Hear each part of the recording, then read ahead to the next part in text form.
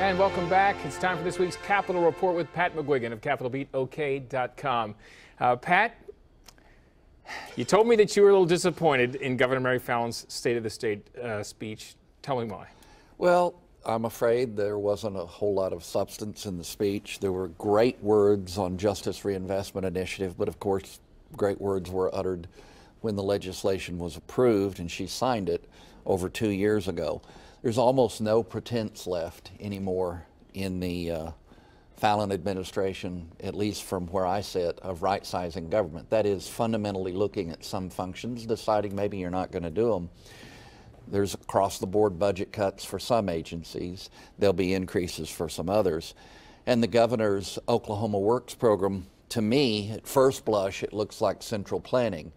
Now, she has defenders that say, now, wait a minute, she wants to try to accomplish all those things through cooperation with the private sector. Well, I understand, but I just don't think that it's government's job to guide the economy. I think that's the job of all of us collectively in our individual lives and the decisions we make. All of this comes in the wake of Governor Fallin's tenure as president of the National Governors Association, where she promoted much of the same kind of policies, policies that are actually, frankly, disappointing to conservatives. The promises of her 2010 and 2014 campaigns remain unfulfilled. And I'm sorry to say that. I say that with a certain degree of personal affection for Governor Fallin and for her kindness over many years. But I'm looking at this as a matter of public policy.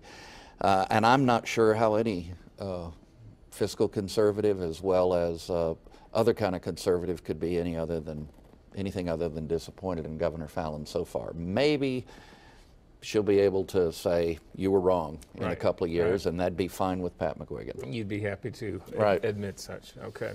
Now, you did a story this week on a joust between two state agencies. What are they fighting about? Well, this is pretty interesting. It's the Oklahoma Department of Labor under Mark Costello, the commissioner, and the Oklahoma Department of Environmental Quality under Scott Thompson.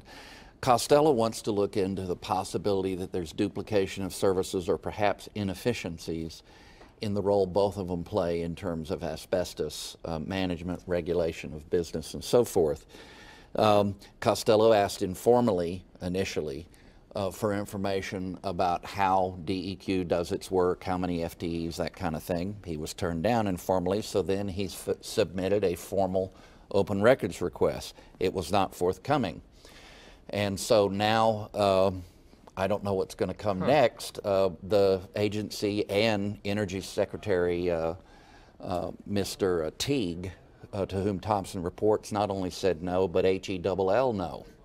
So, let's see what comes next. And Mark Costello, whatever you want to say about him, he got 2/3 of the vote. Yeah, he got a higher percentage of the vote than Governor Fallin, and he's kind of used to edging public policy in a more conservative direction. Let's see what happens. All right, well, you can read more about these and other topics at CapitolBeatOK.com. For Pat McGuigan, I'm Alex Cameron. Have a great day.